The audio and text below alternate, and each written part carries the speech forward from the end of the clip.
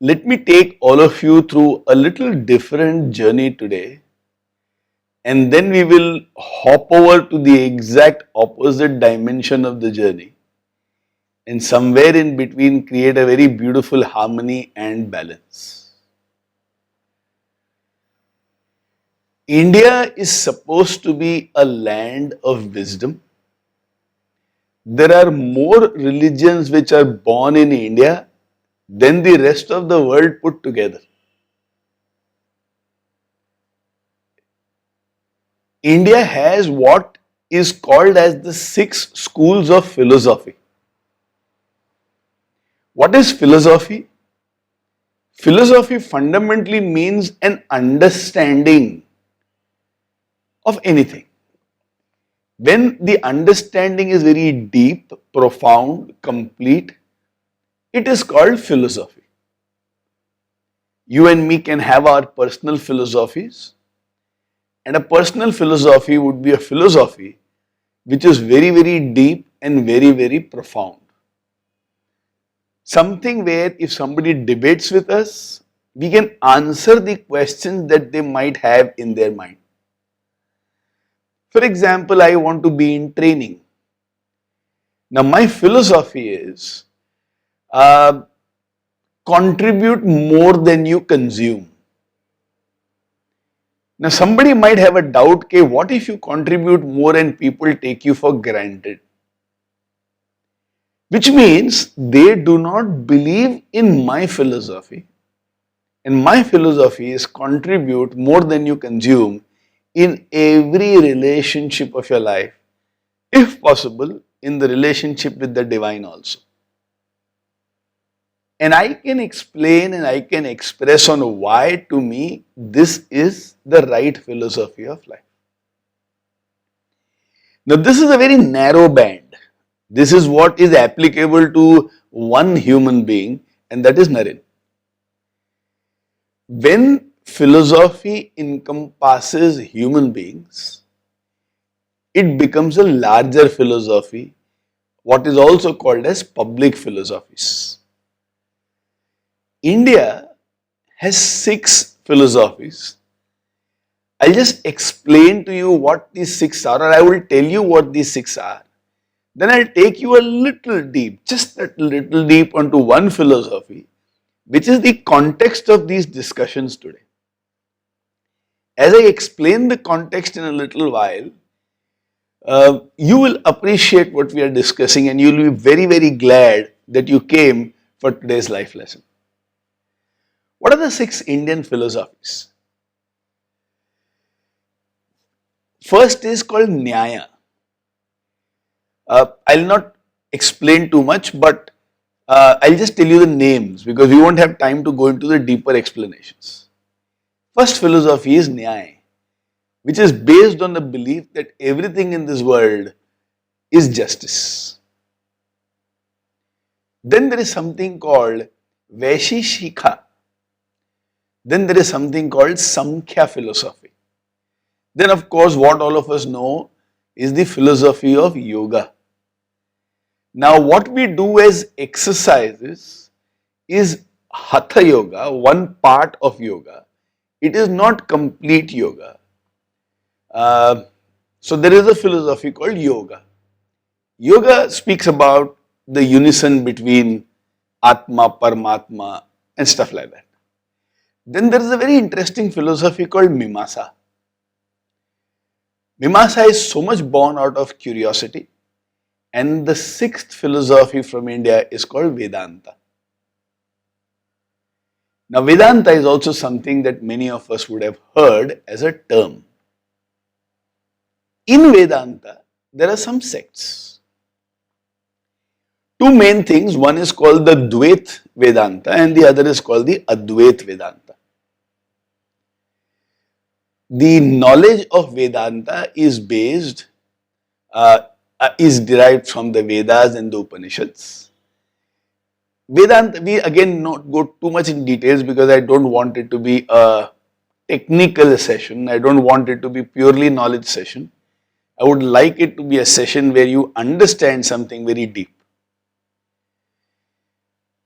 What is Advaita Vedanta? Advait Vedanta fundamentally believes there is no difference between a human being and God. We are one and the same. You don't have to go anywhere to experience the divine. You don't have to long for his darshan. You don't have to struggle and say, I have to go and meet him. Fundamentally, Advait means one. Advait Vedanta believes the center of life is you. And that is where AHAM BRAHMASMI as words come. Like I am the divine. Or Tat Tvam Asi comes, which is I am that. People who follow Advait Vedanta find it very easy to include everybody and to have a very big and holistic vision of life. For them to remain hurt, carry frustrations, be angry at a human being is just not possible. It doesn't work for them that way. Because I am the divine and so are you. For them, everything has a purpose, and in everything they attempt to find meaning. I can live my life either by judging things, or I can live my life finding meaning in things. In my judgments, my sense of right and wrong becomes supremely important. What you are doing is wrong according to me, so I will distance myself, I will create a gap, I will not want to relate to you intimately, I might want to snap the relationship. Now all this happens when I live a life of judgment. The base of judgments are fears. I am afraid I'll be hurt, I am afraid I'll be exploited, I am afraid I'll be taken for granted, I am afraid you will not value me, I am afraid if I say something you will mind, I am afraid if you say something I will mind. The base of judgments is always fear.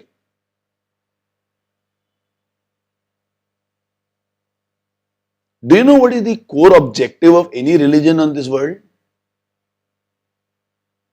The core objective of any religion in the world is to remove the miseries of your life. This is the objective of religion. Every religion was born with one single objective, and that is, can I help people remove the miseries of their life?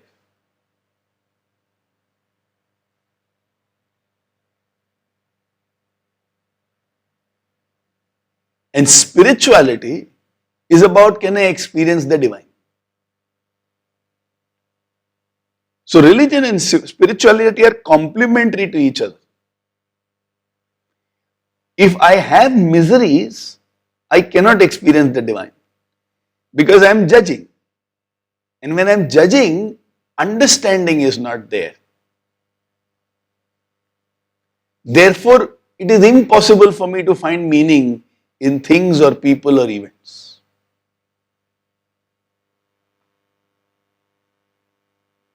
Vedanta says, Aham Brahmasmi, Tat Tvam Asi.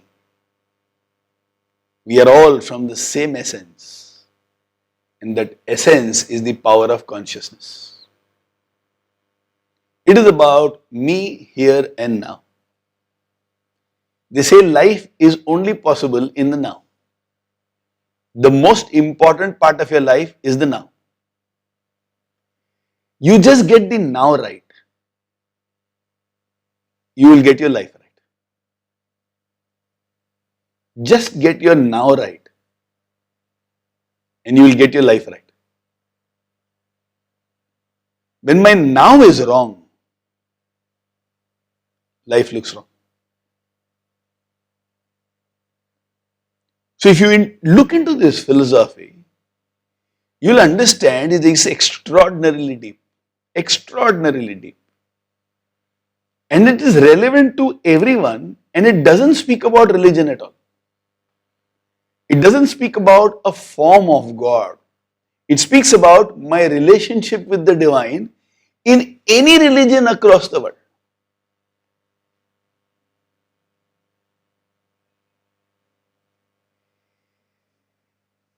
It goes on to explain life very beautifully, saying that we all can live life, or we all actually live life in 4 different planes. Plane number 1 is what is called as the waking state. Right now this conversation is happening in our waking state, where as life is flowing by, we are observing, we are responding. This is called the waking state. Something happens, we act back. This is called the waking state. This sphere is the life of karma. The second stage is the dream state of life, where let's say in my sleep I am having dreams. And it's very interesting. It says there are 4 different realms or states, and these states cannot mingle with each other. I remain in any one of them at any given point of time. The thing is, in dream state, to me life is real. Hence I feel emotions also when I am dreaming. Any one of you, have you ever dreamt where snakes are chasing you, or you are falling down a hill, there is darkness, you are running and somebody or something is running behind you? Now at that point of time when you are having those dreams, if somebody attaches an ECG machine, it will record that you are very chaotic. You feel those emotions in real. There is nothing like that in the world. But for you, these things are real.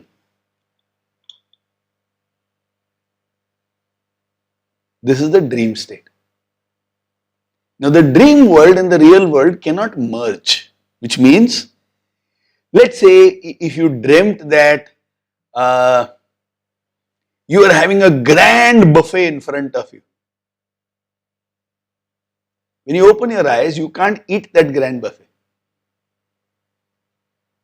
Those 2 stages do not merge. Let's say you saw a movie of Tarzan the Ape Man, and there Tarzan is swinging from one tree to the other and shouting, "Whoa!" In your sleep you might be doing, "Oh." Not to you, it is real. To the person sleeping next to you, कि क्या हो गया इसको?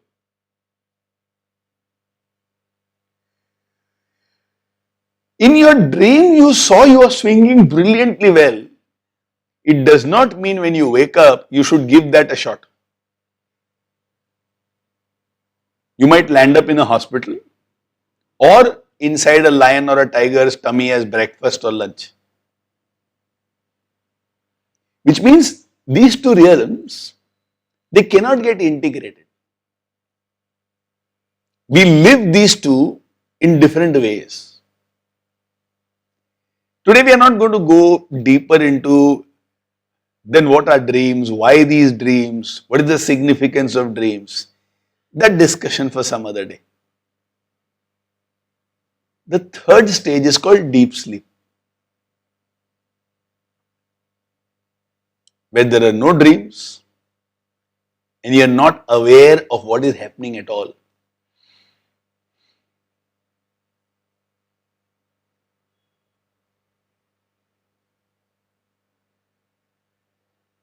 And the 4th stage is called Turiya.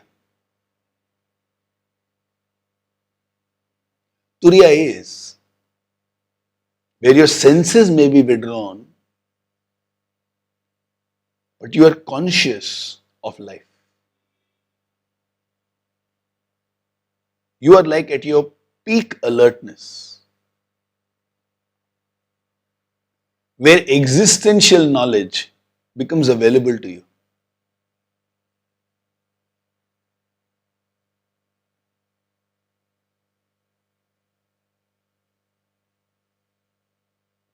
In English, it is spelled as Turiya. अगर यहाँ किसी का नाम रिया है तो बहुत सिंपल है, तूरिया.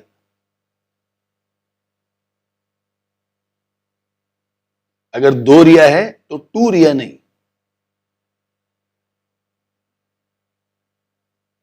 One Riya who is two Riya. ठीक है.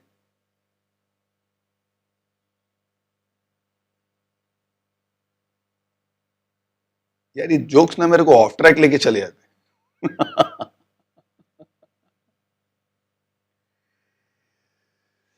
Turiya is the state of meditation, where you have gone beyond your body, mind, intellect, emotions, and you are one with the spirit, where you become limitless, where your alertness can travel anywhere you want,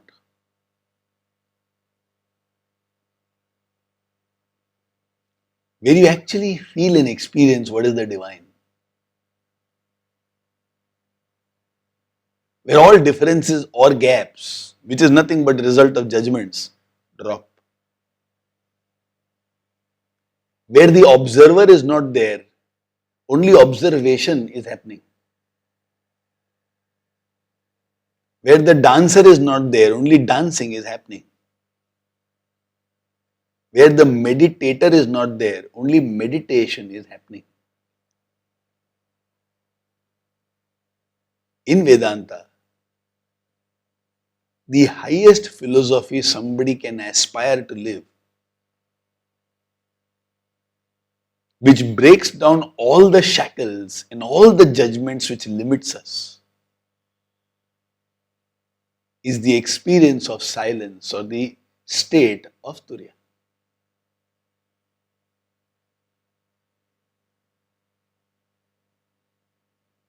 After this stage, there is no surprise in life. And there is a smiling face all throughout.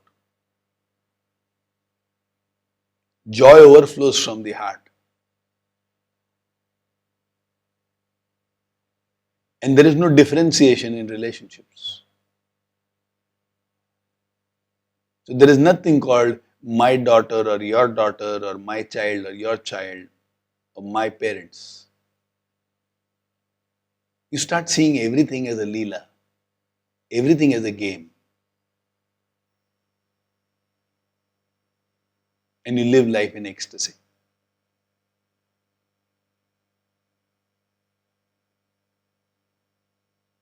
Moksha is only possible when you have the ability to hold on to the state of Turiya.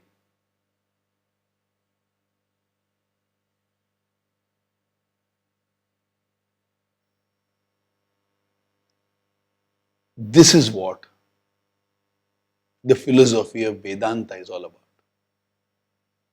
You see, it doesn't speak about God. It does not even speak about religions per se, especially Advait Vedanta.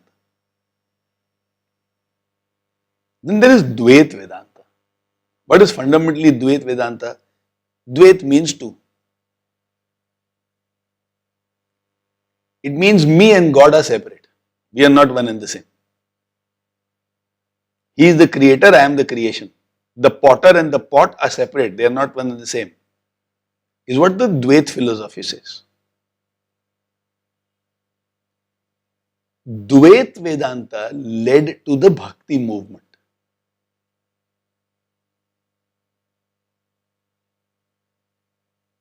Where Krishna is Gopi is Gopi. And I want to see Krishna, I want to experience Krishna.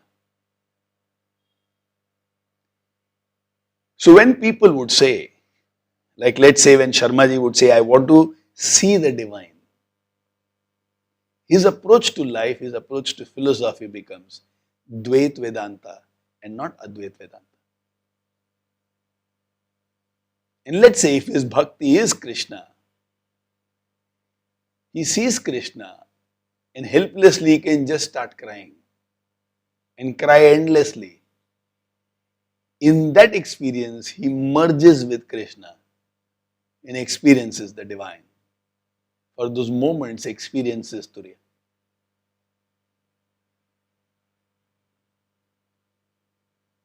Often it is difficult to see something outside and say you and me are one and the same.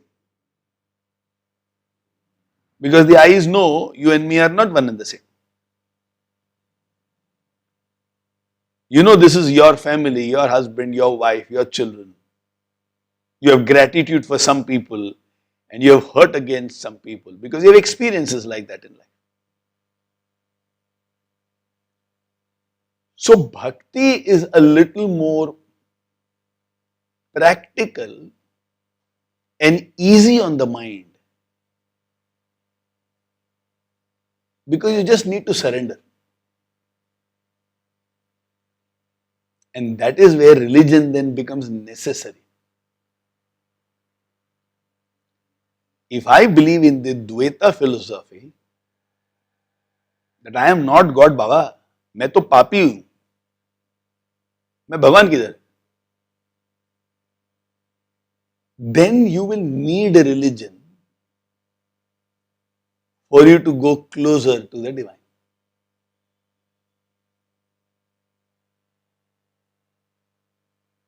It's like a child inside the school saying the teacher has a lot to offer. मैं teacher को क्या दे सकता?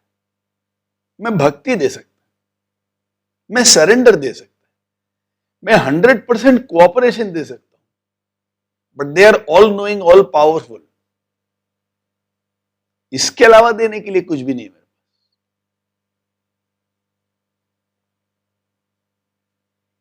So religion becomes necessary when you follow the Dvait philosophy.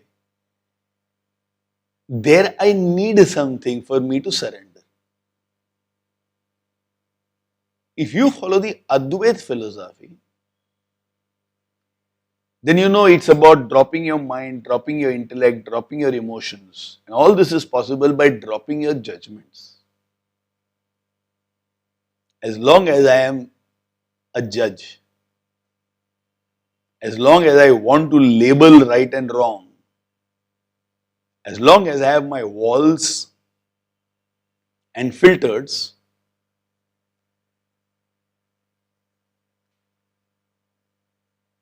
I won't be able to follow the Advait philosophy of Vedanta. Personally, I love and I am a believer in the Advait philosophy of Vedanta. I would like to sit in the seat of silence and experience the divine. I would like to banish and get rid of all the judgments which happens and see meaning in every experience of my life. I would like to believe whatever happens, happens for a reason. And the reason is in my favor, not against me. I would like to believe that even if Jesus is crucified, there is a meaning in the crucifixion, and that is for millions of people to listen to what he had to say. If he was not crucified, what he said, words of wisdom, wouldn't have reached the millions of people.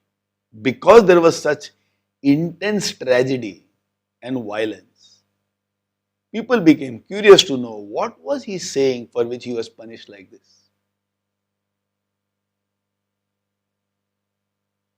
And that is why today one of the ways to describe Josh and zeal is when we add the word missionary zeal. The way a missionary would protect the message of Jesus and want to share it to people saying, my Jesus' sacrifice should not go in vain.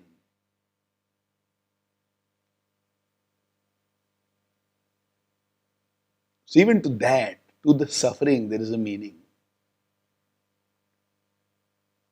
That becomes the Advait philosophy or the Advaitic Vedanta way of looking at life. there should be an extraordinary element of detachment. If this is not there, I'll still be very, very happy.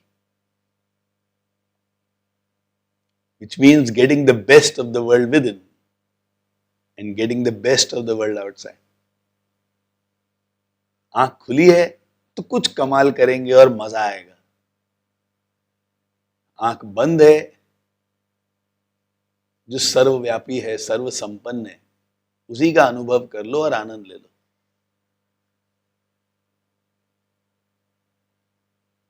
This philosophy of life has helped me always.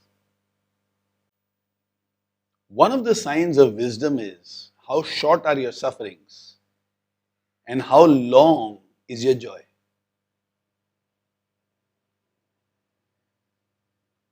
You are living a life of wisdom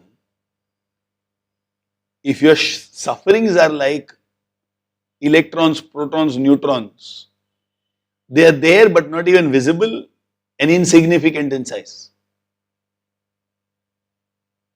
And your joys are as abundant as the night skies, expansive, universal.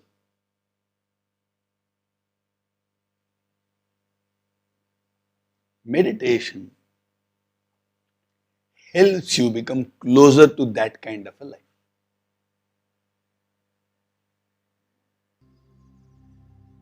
Let's do a small process.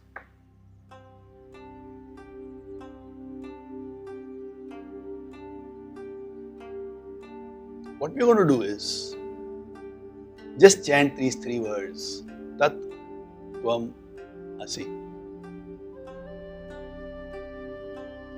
You're going to take the fingers of your hands, your thumb, the first finger. As you touch the thumb, you will say Tat. Second finger, Tvam. Third finger, Asi.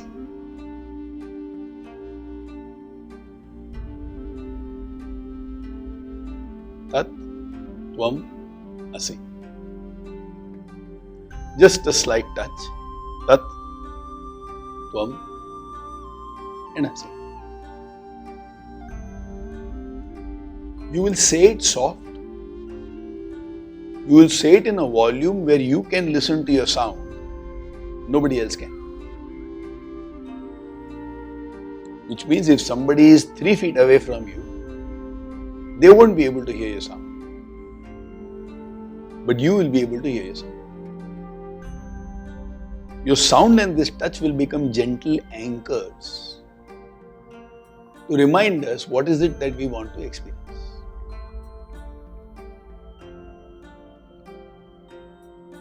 It's a very simple, incredibly simple process, but an extraordinarily powerful process.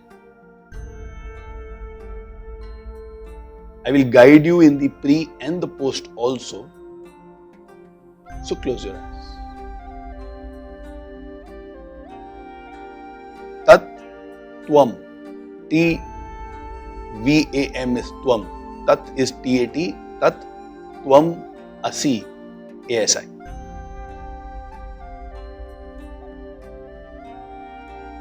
Tat Tvam Asi.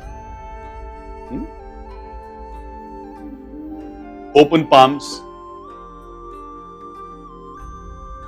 facing the ceiling.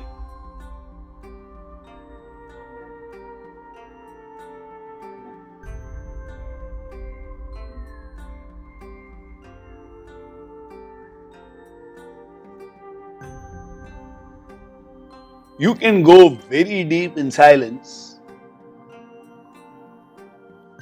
when you see yourself as a medium or as a tool.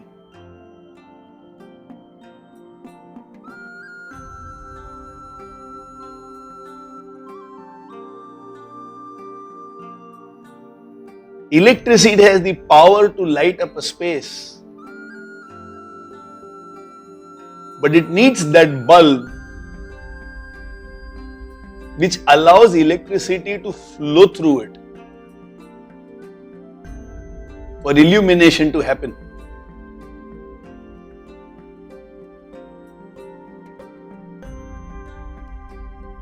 Similarly, You and me are the bulb. An existential grace is wishing to flow through us and make things happen.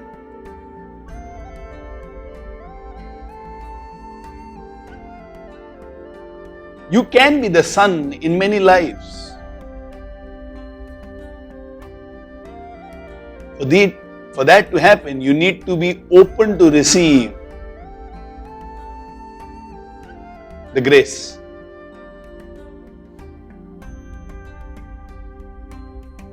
When I live my life with low trust,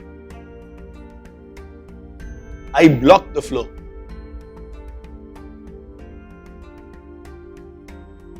When I live my life with complete trust, I enable the flow to happen.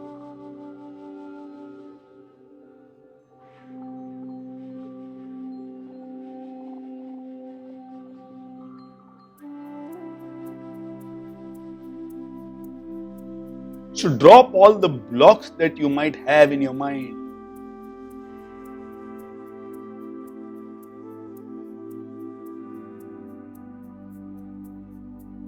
For a few minutes, let's go beyond all the hurts that we have, all the filters we have.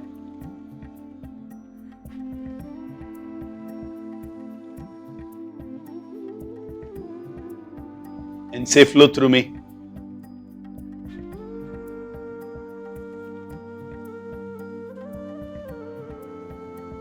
And that's why the open palms,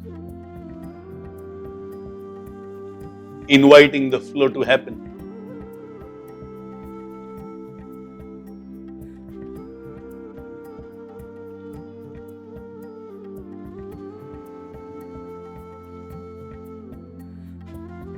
Right now, just keep your palms open. And there is one intention that you hold on, and that is, I drop all resistance and I offer myself for you to flow through me.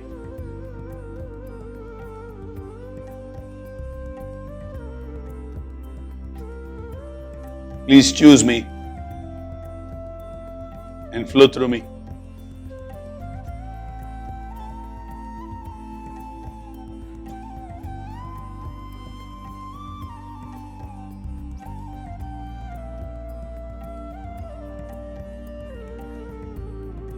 Offer yourself in completeness so that you become open to the flow and to the experience.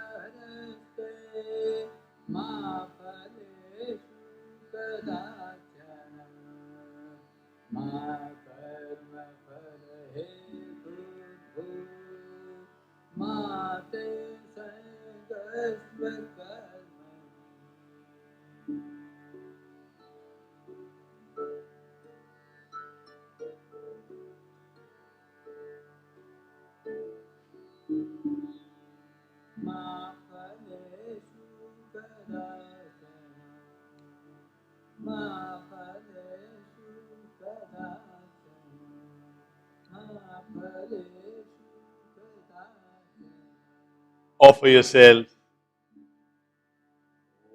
and allow the flow to happen.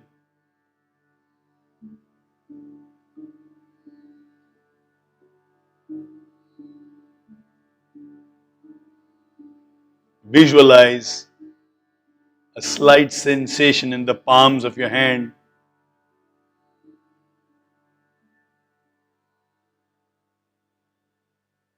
enabling the flow to happen.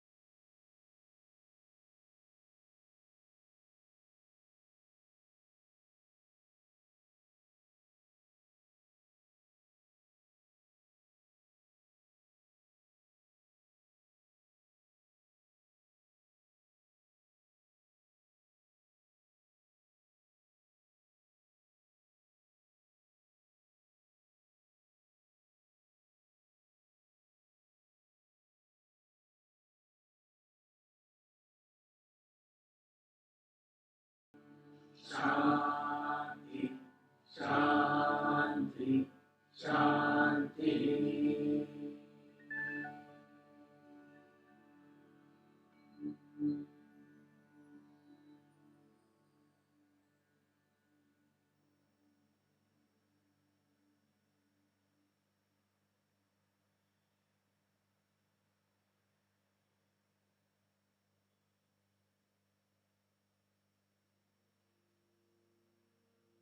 what would it be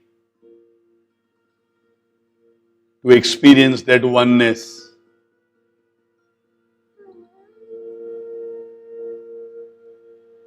And to realize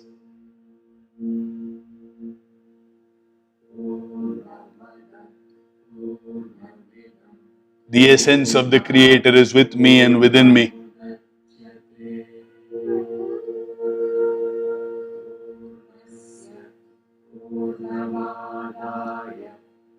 Therefore, my life is not a life to suffer. My life is a life to celebrate.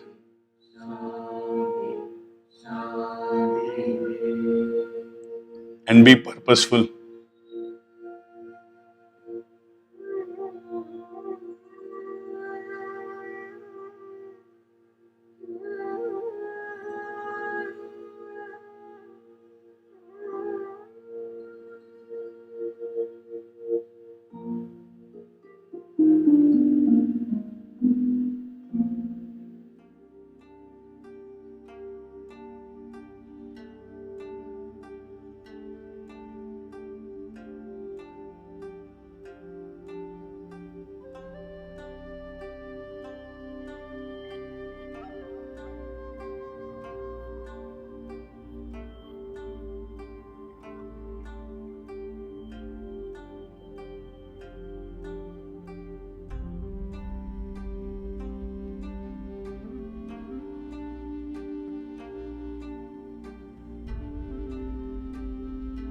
None of us are ordinary.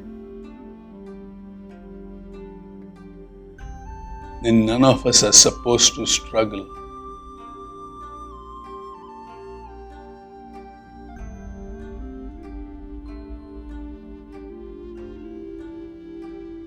Each one of us is a beautiful flower in the garden of the divine.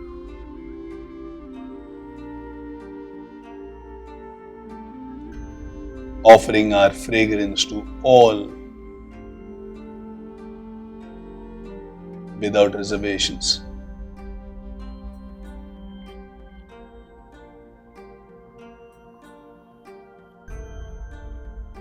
The flower gets what it needs for its survival from the tree. From the air, from the sun. But its destiny is to become the fruit.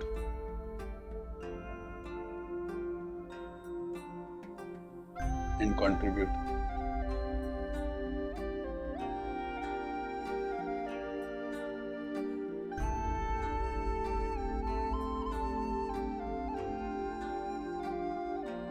In that contribution, when I find joy,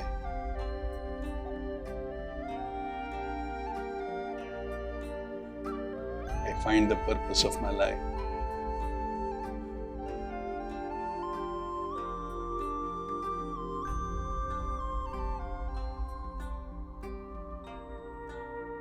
Let's live an awesome life. Tat Tvam Asi.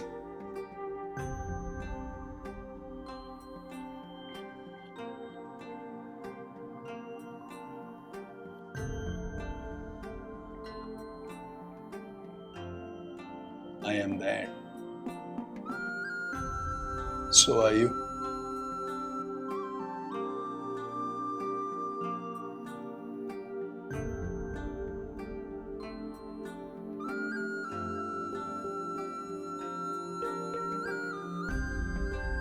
A deep sense of gratitude.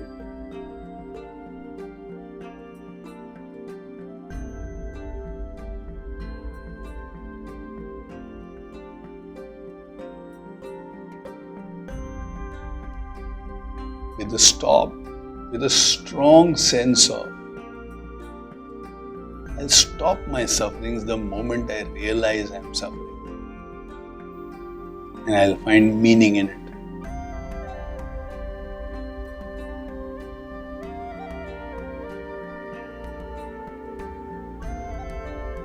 Whenever you feel like, very, very gently, please open your eyes. It's an extraordinary simple process.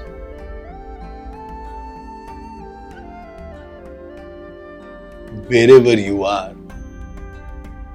every day,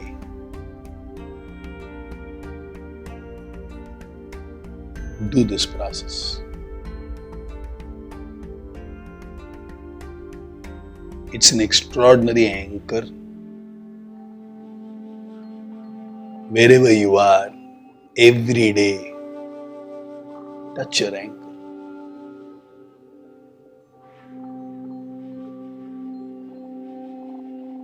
Sometimes we forget the treasures we have within and we feel lost. Or in the context of today's life lesson, we go on a long drive.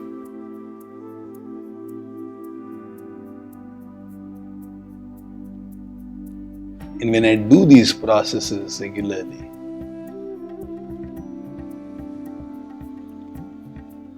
I will know how to master my sufferings and not feel helpless in front of sufferings. Every now and then there will be challenges.